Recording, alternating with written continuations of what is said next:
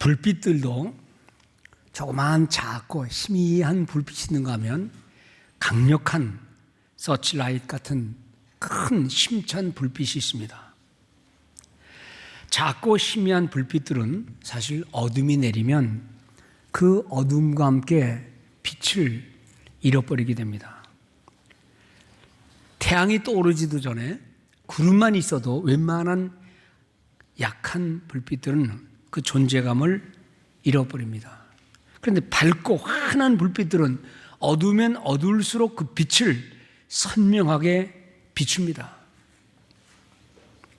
희미한 불빛들은 어둠이 내리면 그 빛을 찾을 길이 없이 있지만, 그러나 반짝이는 환한 빛들은 어두운 밤 될 때에야 그 진가를 드러낸다는 겁니다.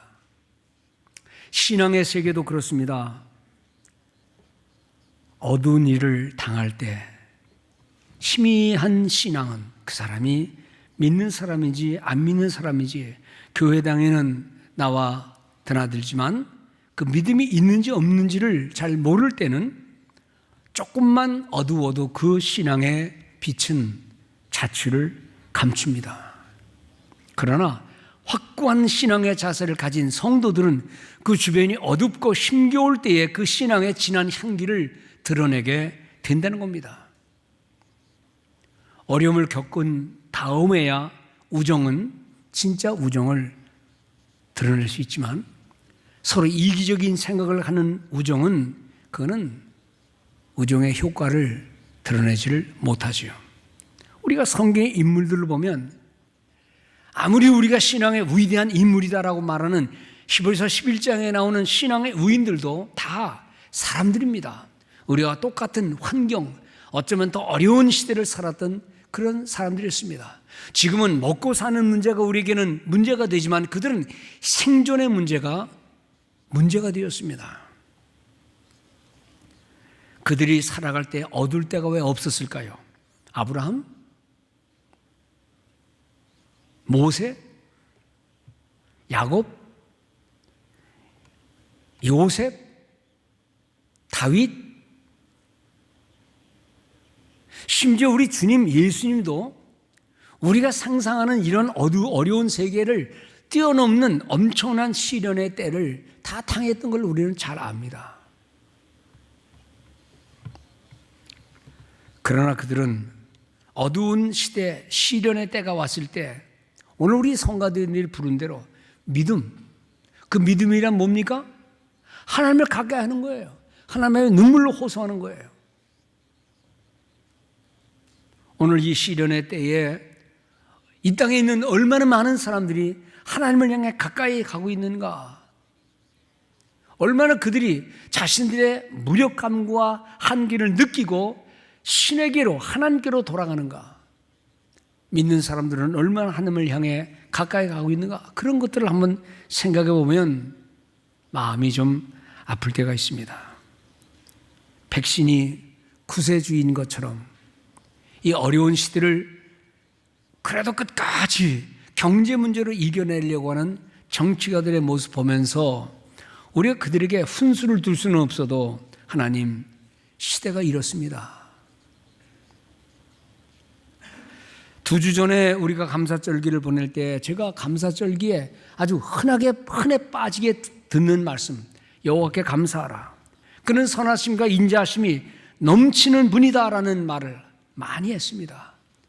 그 중에 감사절에 꼭 언급되는 말, 시편 107편, 여호와께 감사하라. 그는 선하심, 인자하심이 영원함이로다라는 말을 했는데 그 말 다음 몇 절 지나가 보면 6절, 7절에 이 말씀이 있습니다. 그들이 그 근심 중에 여호와께 부르짖음에 그들의 고통에서 건져내시고, 그러면 여호와께 감사하라. 그는 선하심, 인자하심이 풍부한 분이다라고 말하는 그 입술 속에, 그들의 삶 속에는요, 이미 얼마 전에 지냈던 엄청난 고난의 문제를 그들도 겪었다는 거예요.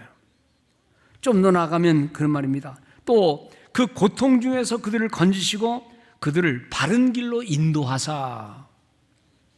그러니까는요, 여호와께 감사, 선하심, 인자하심을 고백하는 것은 아무 일이 없었기 때문에 감사, 영원한 은혜를 고백합시다 하는 게 아니라는 거예요. 그들도 우리와 같이, 우리는 경제 문제에 한정되어 있지만 그들은 생존의 문제를 다 너무나 어려움을 당하는 가운데서 그 모든 일 가운데 하나님을 가까이 했더니 하나님이 그들을 징치하시고 때리시고 그리고는 고쳐주시고 바른 길로 가게 하셨다. 그래서 그들은 하나님 앞에 감사라, 그 말입니다. 좀 더 내려가서요, 12절 13절에 보면 이렇게 되어 있습니다. 그가, 즉 하나님이 그들에게 고통을 주어 그들의 마음을 겸손하게 하셨다. 이에 그들이 그 환난 중에 여호와께 부르짖음에 그들의 고통에서 구원하셨으니 그러기 때문에 우리는 하나님에 감사해라, 그의 선하심과 인자하심을 찬양하라, 그 말이 나온다, 이 말씀입니다.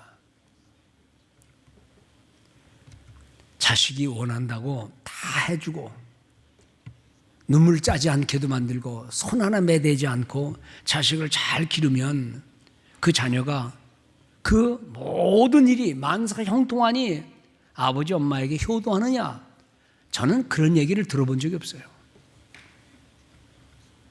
그래도 혼을 내고 매를 대고 바른 길로 듣든 안 듣든 교훈하고 때로는 원하는 것 질질 끌고 1년 후에라도 안 사주는 그런 모습 속에서 아이들이 울고불고 하지만 나중에 그들이 다 커보면 그게 어머니의 사랑이었구나 하는 것을 알게 되는 것처럼,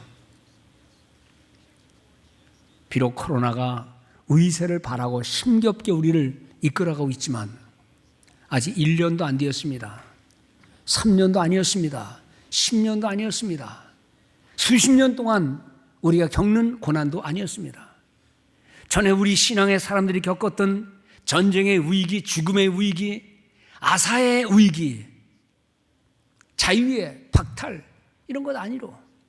이 때문에 우리는 여전히 감사할 게 많은데 우리는 한 가지 딱 보면서 거기에 불명과 불만과 불평이 있으니 그거 하나님을 감사할 거 아무것도 없다고 생각하는 이런 불신앙의 모습 다 거두었으면 좋겠다는 생각입니다.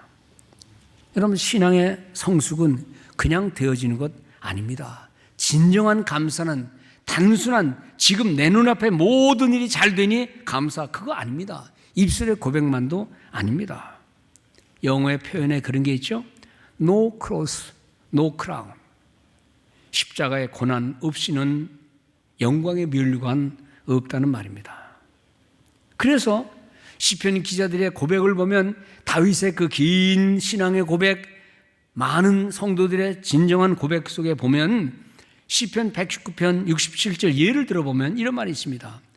고난 당하기 전에는 내가 그릇 행하였더니 이제는 그 고난을 통하여 주의 말씀을 지키나이다. 제가 이 말씀을 가만히 생각하면서 하나님, 지금 이 시대에 고난 당하는 사람들이 과연 이렇게 하고 있습니까? 믿는 사람들이라 할지라도 이렇게 하고 있습니까? 하나님, 고난을 통하여 겸손을 배우게 하시고 하나님을 찾는 역사 있게 하여 주옵소서. 이 시편의 기자는 더 나아가 71절에 뭐라고 말하는 거니? 고난당한 것이 내게는 유익이라. 이로 말미암아 내가 주의 율례를 배우게 되었나이다. 이 말씀을 읽을 때마다 하나님, 이 시대가 그렇습니까? 내가 그렇습니까? 우리 성도들이 그렇습니까? 하나님 좀 깨우치게 해주시옵소서. 요즘 우리 모두가 다 어려움을 겪는 건 사실입니다. 그런데 이런 어두울수록, 아까 말씀드린 대로 어두울수록 밝은 별들이 빛나듯이 이럴수록 신앙인의 더욱 큰 겸손과 더 큰 마음의 헌신으로 하나님을 가까이 하는 성도들 되시기 바랍니다. 어렵다, 위험하다, 안 된다라고 말하지 말고 주님을 더 가까이 하는 성도들, 더 큰 소리로 기도하고 더 큰 찬송으로 찬양하고 하나님 말씀을 깊이 깨닫고 하나님, 이럴 어두운 시대 속에서 인생들이 깨닫는 이 교훈의 말씀을 하나님 이해하게 해주십시오. 기도하는 성도들 되시기 바랍니다. 인간의 활동이 멈추니까 자연이, 이 아름다운 자연이 살아난다, 그런 말합니다. 경제 활동이 둔화되니까 지구의 환경이 좀 깨끗해진다라는 말이 있습니다. 당장 먹고 사는 일에 어려움을 겪는 분들에게는 죄송한 말씀이지만 사람이 좀 불편하게 살아가니까 지구의 자원이 조금 축적이 된다는 말이 있습니다. 길거리에 자동차가 좀 덜 움직이니까 밤하늘에 별들이 보인다라는 말이 있습니다. 성도 여러분, 내가 지금 불편하다는 현실이 미래에 희망을 준다면, 인간이 조금만 더 겸손해진다면 우리는 이런 불편, 주여 이것도 감사합니다라는 그런 기도가 나올 줄 믿습니다. 우리가 인정해야만 하는 것이 있습니다.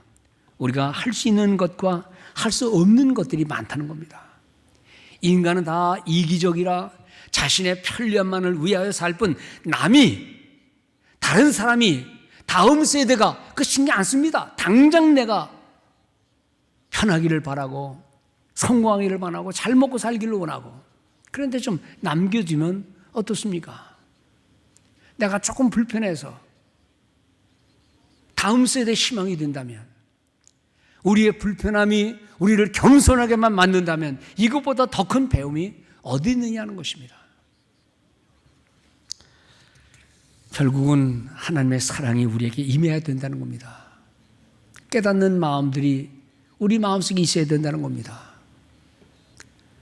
가장 중요한 말은 하나님이 우리를 사랑하사, 요한복음 3장 16절에 있는 대로 하나님이 이 세상을 이처럼 사랑하사, 이처럼이 어떤 이처럼입니까?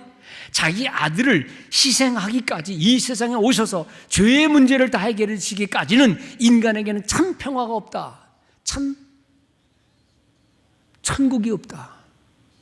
하나님의 사랑을 받아야 되는데 하나님 사람들은 하나님의 사랑, 아니 내 육신 편하면 되고 내가 성공하면 되고 잘 경제적인 활동만 되면 된다는 생각 속에서 하나님 여전히 외면하는 세대를 우리가 보고 있다는 겁니다. 이런 세대를 향한 성도의 답답한 마음, 괴로운 마음, 하나님 앞에 기도하는 마음, 주여 우리만 아니라 이 사회가, 이 온 인류가 하나님의 자녀다운 삶을 살게 해주시옵소서 기도하면서 이 어려운 시기 속에 여러분들도 어렵지만 나보다 더 어려운 사람도 있을 것이다 믿고 내가 어려움을 감수해내면 이 인류는 희망이 보일 것이다. 하나님 어두울 때 저 별 좀 보게 해주시오. 별들이 인간의 활동으로 다 없어졌는 것처럼 안 보이는데 우리가 활동을 좀 안 하니까 길거리가 조용하고 짐승들이 살아나고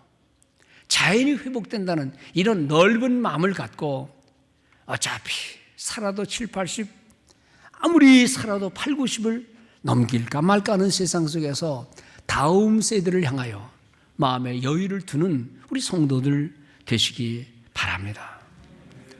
지난날 삶을 돌아보면서 주셨던 모든 은혜에 우리 인류는, 인생들은 하나님께 얼마나 감사했는가.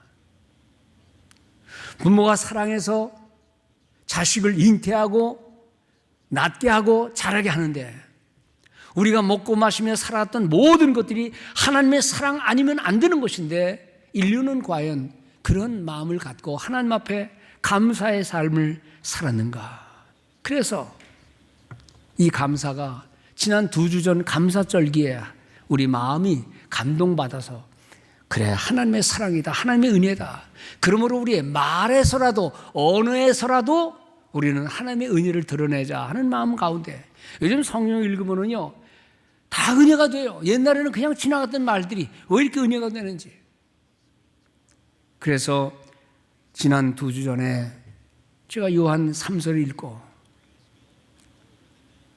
하나님께서 우리에게 주셔야 할, 우리가 간구해야 될 게 뭐냐, 육신의 건강, 모든 만사에 좀 좋은 일만 일어나고 영혼이 잘 돼야 된다는 이 말을 가만히 생각하면서 감사절에는 이 말씀을 축복의 말로 나눠보자 하는 생각 속에서 이 말씀을 나눴고 오늘도 그 말씀에 이어서 그 어떤 다른 것보다도 고마운 감사의 언어를 한번 생활해보자.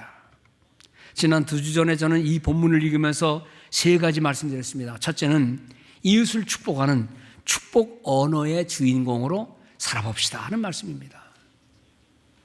1절, 5절, 11절 거기 나오는 말 사랑, 그리고 이웃을 향하여 사랑하는 자여라는 말을 합니다.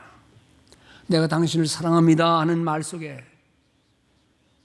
우리는 그저 지나가는 말로 한 것 같지만 그 말을 듣는 누군가는요 마음의 흐뭇함을 느끼고 나는 혼자가 아니로구나 라는 마음을 갖게 될 거예요. 성도 여러분, 우리는 이 사랑의 언어를 항상 생활하는 성도들 되시기 바랍니다. 2번째 말씀드린 것은 우리는 한계가 있지만 모든 영혼을 누군가를 사랑할 때 그 사랑이 하나님께로 의탁하는 하나님께 부탁하는 기도로 이어져야 된다는 말씀을 드렸습니다. 사람이 주는 복도 귀합니다. 내가 주는 손길도 귀한 겁니다. 그러나 그것은 한계가 있어요. 그래서 그 사람을 하나님께로 의탁하여 하나님 돌봐주세요, 하나님 고쳐주세요, 하나님 함께 해주세요, 하나님께 의탁하는, 우리 자식을 내가 먹여주고 손으로 다 해결해 줄 것 같지만 아니에요. 결국 그 영혼을 인도하는 분은 하나님이시기 때문에 하나님에게 의탁하는 우리 성도들의 모습 되어야 될 줄 믿습니다. 어제 우리 유봉희 집사님, 권사님 이 중환자이기 때문에 하루에 1명만 들어간대요. 하루에 1명. 갔더니 이미 한 사람이 다녀갔다는 거예요. 못 간다는 거예요. 그런데 난 목사다. 여기 있는 분은 우리 남편이다. 여기 있는 분은 내 보조자인 어시스턴트 여자 교역자다. 같이 들어가자. 못 간대요. 할 수 없이 제가 집사님 좀 계세요. 전사님도 아예 들어올 생각하지 말고 내가 혼자 간다 그랬더니 줄 서서 기다렸더니 벌써 한 사람이 왔다 갔기 때문에 못 들어간다는 거예요. 그래서 난 목사다. 기도해 주러 왔다 그랬더니 I know you 그러더라고요. 하도 제가 병원 자주 가니까 너 안다. 환자도 안돼요. 그래서 스페셜하게 보낼 테니까 들어가라 그러더라고요. 그래서 표를 받고선 들어갔어요. 줄 수 있는 게 없어요.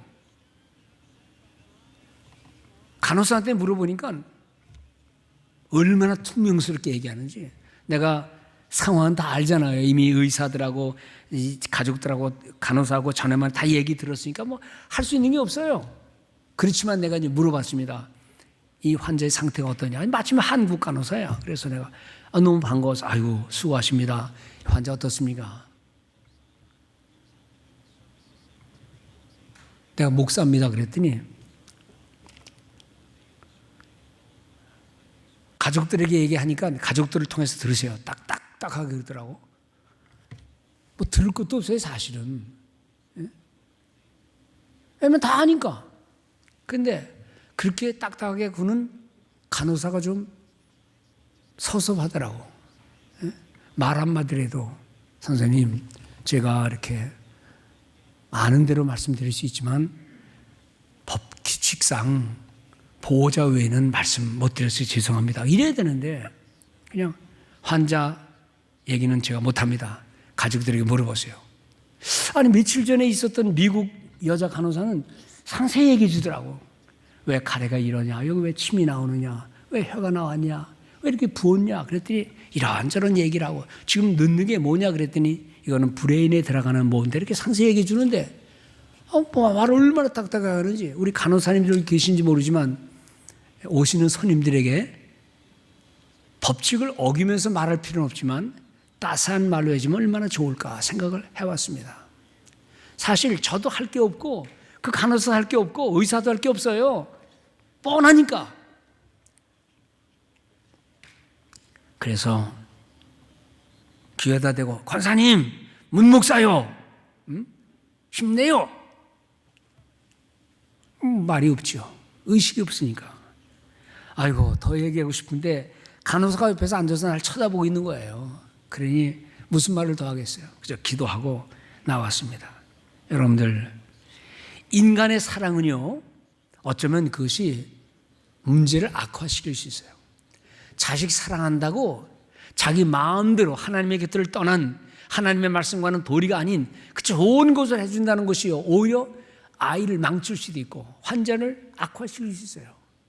하나님께 의존하는 것, 하나님께 맡기는 것 외에는 없다 이 말입니다. 그런 일들이 얼마나 많은 줄 압니까?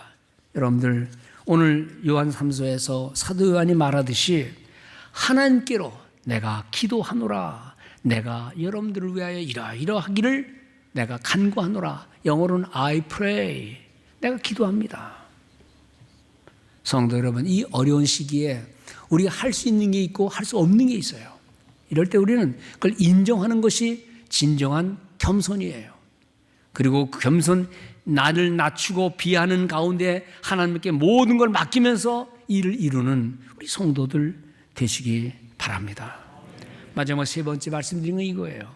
그 기도 속에 대충 기도하는 게 아니라 아주 필요한 세 가지 일들. 첫째는 영혼이 잘 돼야 된다. 그 영혼이 잘 됨 같이 범사가 잘 진행되기를 바라고 육신의 건강도 회복되기를 바랍니다. 기도의 구체적인 내용이죠. 우리 애들하고 가정 예배 드릴 때, 야, 정말 감사하다, 기도해라 그러면 우리 애들이 하나님 모든 거 감사합니다. Everything is good. 예수님의 이름으로 기도합니다. 그래서 내가 준세야, 모든 게 감사한데 그 모든 것을 드리는 게 뭐지? 한참 생각을 해요. 이놈아, 그 기도 속에 모든 것 속에 너 뭐 그렇게 시간이 바쁘다고, 너 매일 놀면서 기도 속에 엄마 아빠도 들어가고 내가 아빠가 목회하는 교회도 들어가고 누나도 들어가고 우리 식구들이 못 사는 거야. 할머니 할아버지 없었으면 안 돼. 할머니 할아버지 감사하고 우리를 둘러싼 사람들 봐라. 네 옷 입은 거 아빠가 엄마가 사줬지만 아빠 엄마는 그거 만들 줄 몰라. 근데 그거 만드는 사람이 있거든. 우리가 음식 맛있게 먹었지만 음식 나는 요리만 했을 뿐이지 이거 공급해 주는 놈이 있거든. 모든 게 다 연결된 거야.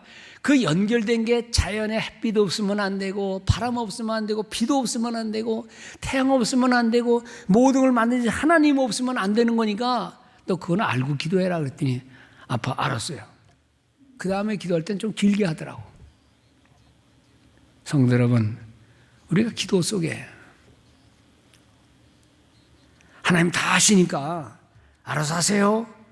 그것도 믿음 같아요. 하나님 아시니까. 그래서 하나님이 다 아시니까 주님께서 밤새도록 기도하였습니까? 믿음의 사람들이 다 아니까 뭐 기도할 필요 없다 그래서 그냥 알아서 하십시오 하고 기도 안 했습니까? 삶의 구체적인 모든 모습들, 육신의 건강의 문제, 삶에 되어지는 모든 문제들, 그리고 영혼이 하나님 앞에 있어야 되는 모습들, 이 모든 것들을 위하여 기도하면서 나와 내 이웃과 하나님의 나를 위해 기도하는 성도들 되시기를 주의 이름으로 축원을 드립니다. 이것이 지난 2주 전에 드렸던 말씀이에요. 여기다 조금만 몇 가지 더 붙이려고 합니다. 이러한 기도의 마음은 우리는 이것이 믿음에서 나오는 겁니다. 믿음 없으면 이러한 축복의 언어, 하나님 앞에 기도하는 내용들, 구체적인 기도의 제목들 안 나와요. 믿음을 가질 때에 믿음에서 나오는 감사의 말, 언어의 입술의 모든 일들, 이 입술은 마음에서 나오는 건데 하나님이 우리 마음을 다스리시고 그 마음에서 나오는 진정한 입술을 받으시는 하나님의 축복이 여러분들의 말 속에 임하기를 바랍니다. 잠언 10장 11절에 말씀합니다. 의인의 입은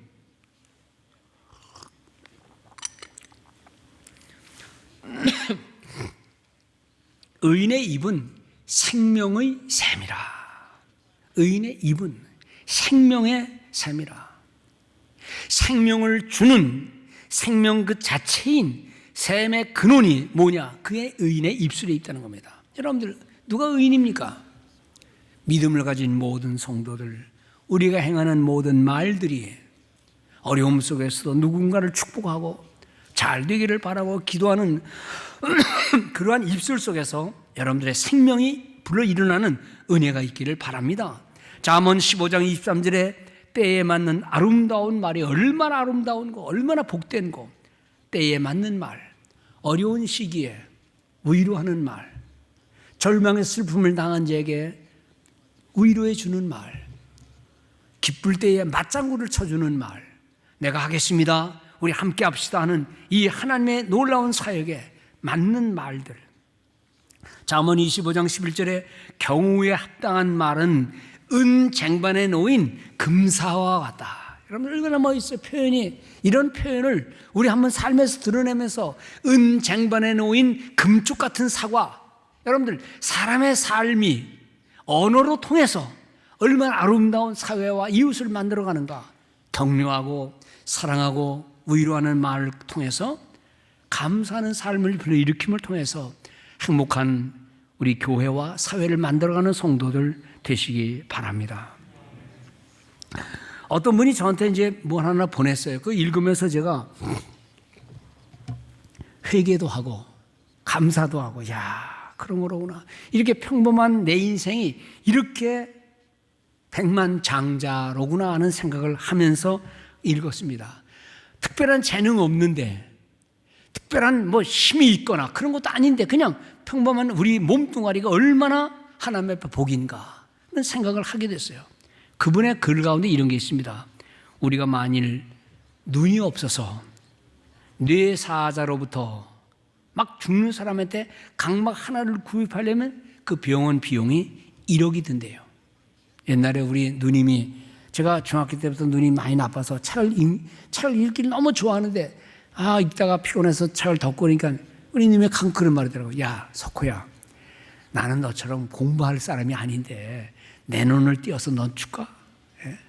빈말이지만 눈 하나만 있으면 되는데 나는 다 눈이, 지금도 누님은, 우리 누님은 얼마나 시력이 좋은지 골프를 치고 날아가는 공을 다 본대요. 어디 떨어지는 것도 보인대. 요즘에도 그러더라고. 야, 나는 이렇게 눈이 좋으냐? 공부는 하지도 않았는데 눈이 이렇게 좋으니 골프공 저 멀리 날아서 떨어지는 거지 보는데 넌 눈이 어떠냐? 그래서 요즘 내가 눈이 좀 시원찮아, 화면에 있는 그 저것도 안 보여, 그런 얘기 했더니 아이고, 내 눈 지금도 좋은데 떼어줄까? 여러분, 각막 하나 구입하는데 1억이 든대요. 2개 갈아치우면 2억이요. 콩팥, 신장이 약하면 온몸이 다 망가지는데 그거 하나 바꾸는데 수천만 원, 미국에서도 수만 불이 듭니다. 심장은 너무나 중요해서 그거 하나 바꾸는데 5억이 든대요. 간이식 7천만 원, 의족은 그 말을 필요 없고, 여러분들 머리카락 하나 한번 심어보는데 그거 얼마나 많습니까? 돈이 많이 듭니까? 이빨? 말할 필요 없죠. 근데 제가 가만히 보니까 다 정상이거든요. 그래서 제가 읽으면서 얼마를 나는 가졌나, 그리고 수술 안 하는 계산을 해보니까 그거 몇 가지 하는데 51억이 든대. 51억 원. 그러니까 내가 51억이 있는구나. 실제로 없으면 그 돈을 내가 모아야 되는데 있는데 정상인데 얼마나 복이 있느냐. 여러분, 하나님이 주신 은혜를 뭐 돈으로 계산하는 것, 이거 옳은 태도는 아닙니다. 그러나 우리가 이미 많은 것을 가지고 있는데 당장 눈앞에 이런저런 어려움이 있다고 원망 불평해서는 신자답지 못하다 이겁니다. 감사를 계산해내면서 주신 은혜를 계획해내면서 믿음 따라 살아가는 축복된 언어의, 행복한 언어의 주인공들 되십시다 하는 말씀입니다. 동의하십니까? 아멘입니까? 여러분들, 우리가 좋은 차를 어떤 때는요, 제가 이렇게 생각해요. 저기 가서도 차가 있고 저기 가서도 차가 있고, 그래서 갔다가 거기서 차를 타고 오면 얼마나 좋을까, 그런 생각을 가끔 할 때가 있어요. 그런데 이 글을 읽으면서 그 어떤 자동차보다도 가장 유효한, 뜻깊고 중요한 이 두 다리를 가지고 있는 게 좋은 자동차를 갖고 있는 것보다 더 행복하다는 거예요.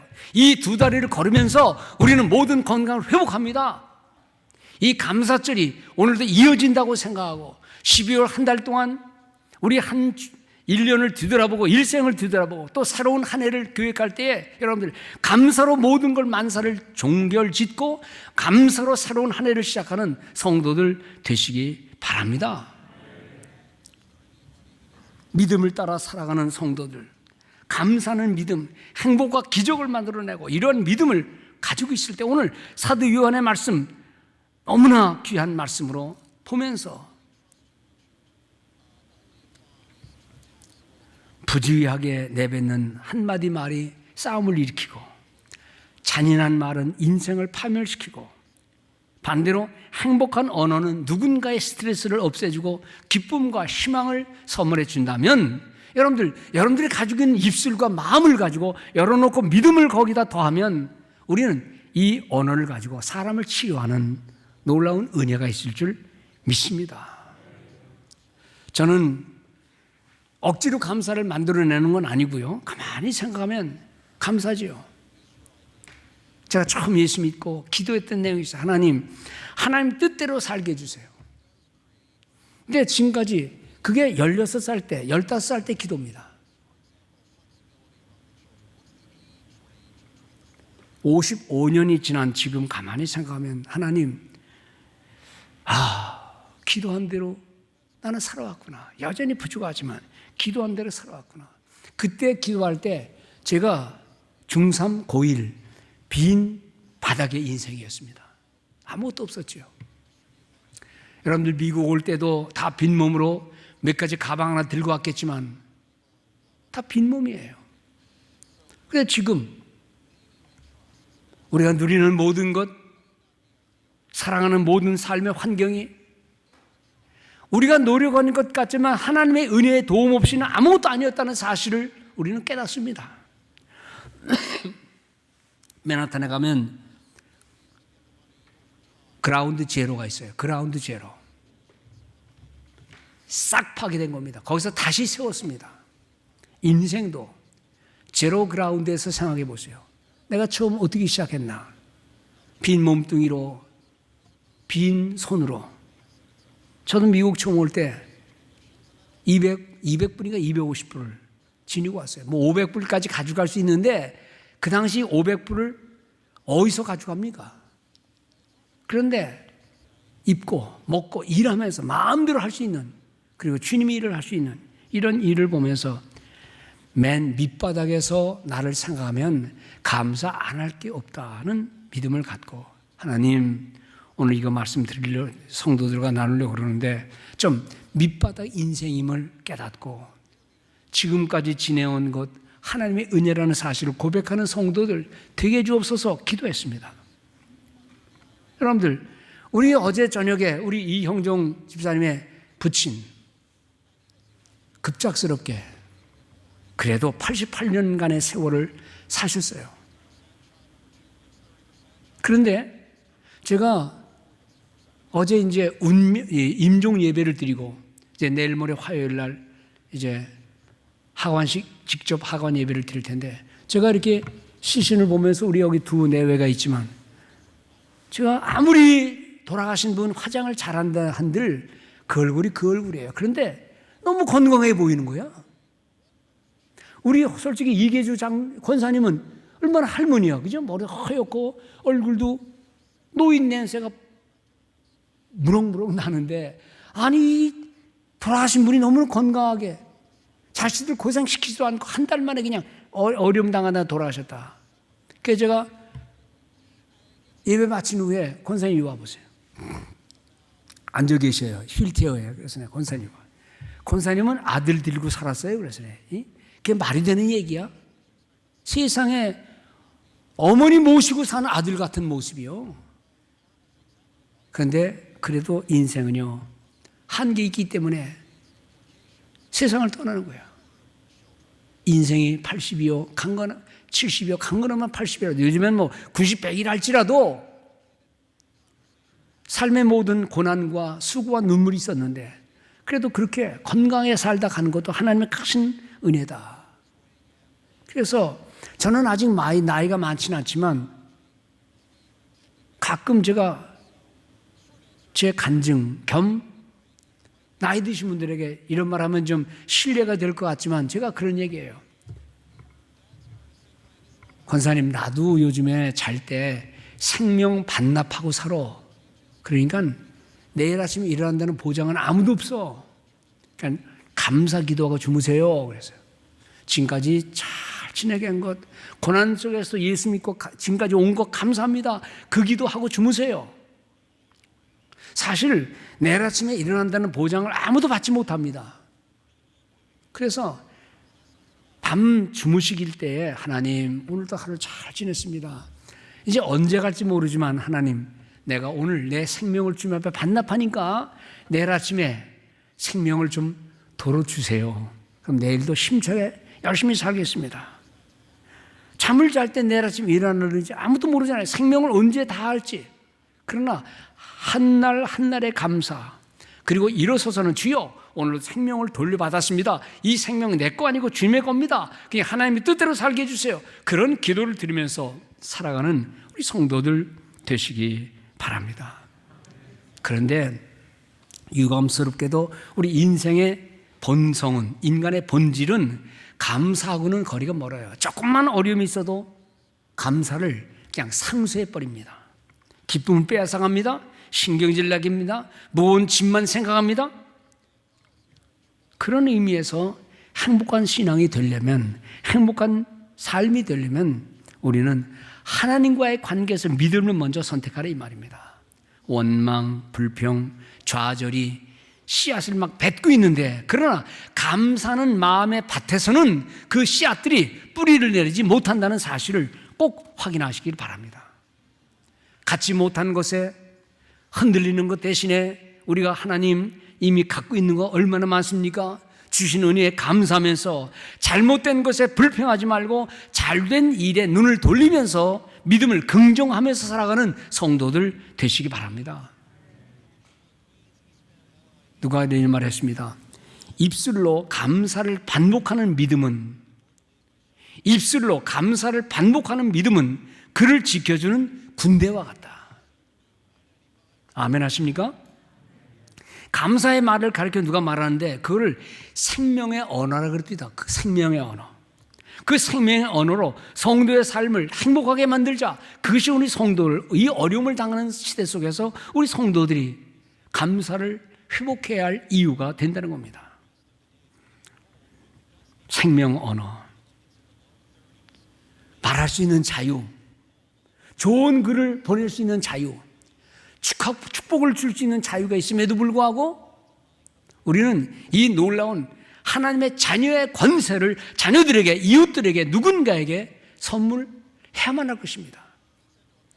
저 선교지 있는 어린아이들에게도, 원망 불평하는, 좌절하고 눈물 흘리고 나는 넘어졌다라고 생각하는 사람들에게 이 생명의 언어, 축복의 언어를 나눠주는 성도들 되시기 바랍니다.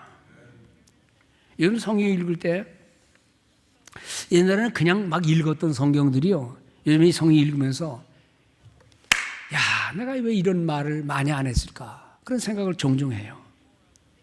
그래서 제가 성경 읽으면서 이런 말이 이렇게 은혜스러운데 내가 왜 이걸 몰랐을까. 그래서 성경을 다시 읽으면서 그 말씀 속에 있는 단어를 하나씩 찾아봐요. 빌립보서는 원래 사도 바울이 감옥에서 쓴 글입니다. 원망, 불평, 하나님을 향해서 이게 뭡니까? 라고 말할 수 있는 충분한 이유가 되는 그 감옥에서 쓴 글이 오늘 자유로운 우리를 교훈하고 있어요. 읽고 또 읽어도 야, 바울의 믿음이로구나. 하나님 이런 믿음 갖게 주옵소서.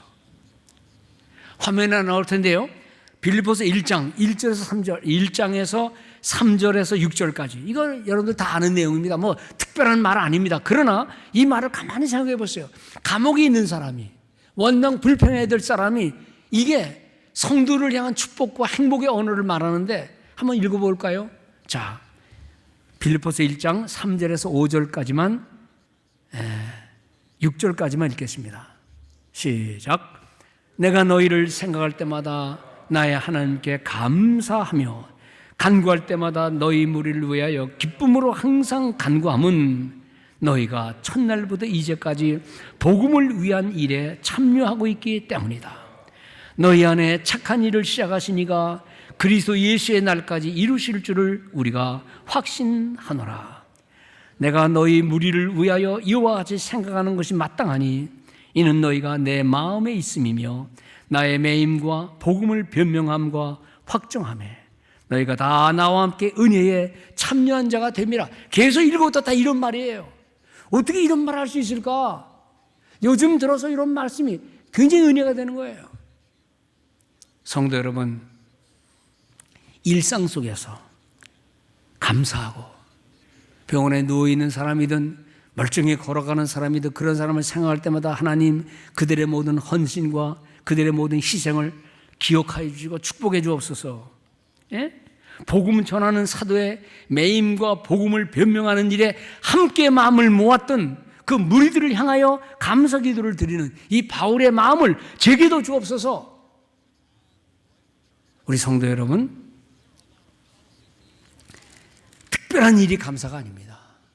더해지는 현상 속에서 믿음의 눈을 열어서 보면 다 감사다. 또 빌립보서 2장 1절에서 5절까지 이거 다 비슷한 내용이지만 한번 읽어봅시다. 이것이 여러분들의 입술에서 나오기를 바라는 마음으로 함께 읽는 겁니다. 시작.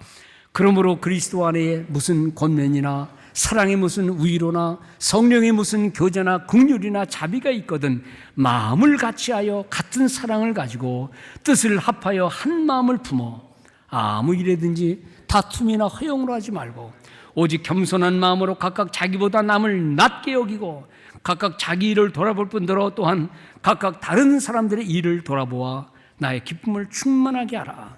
너희 안에 이 마음을 품으라 곧 그리스도 예수의 마음이니. 여러분들, 원망, 불평, 그저 짜증스러운 일들이 우리 주변에서 없지 않아 있지만 우리 성도들이 삶의 어려운 일을 당할 때마다 하나님 감사합니다. 바울이 감옥에서 했던 이 고백이 그거와는 비교할 수 없는 우리의 이 자유로운 상황 속에서 하나님 감사가 철철 넘치게 해주옵소서. 기도하는 성도들 되시기 바랍니다. 또 쭉 읽다 보니까요, 골로새서도 말씀마다가 다 그래요. 우리 골로새서 1장 3절에서 8절까지 한번 심차게 같이 읽겠습니다. 제가 왜 이걸 읽으라고 그랬는지 여러분들 헤아려 보시길 바랍니다. 골로새서 1장 3절에서 8절 말씀까지 시작. 우리가 너희를 위하여 기도할 때마다 하나님 곧 우리 주 예수 그리스도의 아버지께 감사하노라. 이는 그리스도 예수 안에서 너희의 믿음과 모든 성도에 대한 사랑을 들었으며 너희를 위하여 하늘에 쌓아둔 소망으로 말미암음이니 곧 너희가 전에 복음 진리의 말씀을 들은 것이라. 이 복음이 이미 너희에게 이름에 너희가 듣고 참으로 하나님의 은혜를 깨달은 날부터 너희 중에서와 같이 또한 온 천하에서도 열매를 맺어 자라는도다. 이와 같이 우리와 함께 종된 사랑하는 에바브레에게 너희가 배웠나니 그는 너희를 위해 그리스도의 신실한 일꾼이요 성령 안에서 너의 사랑을 우리에게 알린 자라. 하나님, 오늘도 중직자들을 앞으로 헌신할 사람들을 뽑는데 제발 에바브로디도 같은 사람을 좀 뽑아주시고 이들이 이렇게 성장하도록 도와주십시오. 이 어려운 시대에, 가난할 때에 신실한 겸손한 사람이 필요하고 나라가 어지러울 때에 효도하는 충신이 필요하다 그랬는데 이 어려운 시대에 에바브로디도처럼 역할을 하는 사람들을 뽑아주십시오. 하나님, 효신의 미래를 위해서 좋은 일꾼을 세워주시고 이미 세워진 일꾼들을 잘 사용해 주십시오. 이런 기도가 절로 나오더라고요. 성도 여러분, 우리 주님께서 하신 말씀, 주님이 그 당시에 사람들이 다 로마 사람들에게 유린당하고 정권에게 배척당하고 배고프고 방황하는 그런 사람들인데 그런 사람들을 향해서 주님이 하신 말씀 가운데 마태복음 11장 28절에서 30절까지 이게 다 아는 내용이지만 한번 화면을 보면서 읽읍시다. 시작. 수고하고 무거운 짐진 자들아 다 내게로 오라. 내가 너희를 쉬게 하리라. 나는 마음이 온유하고 겸손하니 나의 멍에를 메고 내게 배우라. 그리하면 너희가 마음이 쉼을 얻으니 이는 내 멍에는 쉽고 내 짐은 가벼움이라. 짐 지려는 중직자들, 교회의 재직들, 쉽다는 말, 가볍다는 말을 그렇게 이해하면 됩니다. 쉽다는 말은요, 원래 이 성경의 원문의 뜻은 profitable, useful, 유용하다, 좋다, good이라는 말입니다. 아무것도 짐이 없다는 이런 말이 아니라 그 짐으로 인하여 내 신앙이 올곧게 자라가게 되고, 자식을 향한 마음의 부담, 헌신을 향한 마음의 부담, 그 짐을 지느냐고 내 신앙이 올라가게 되고 하나님의 축복이 임하는 이 모든 은혜를 우리 중직자들이 다 받게 주옵소서.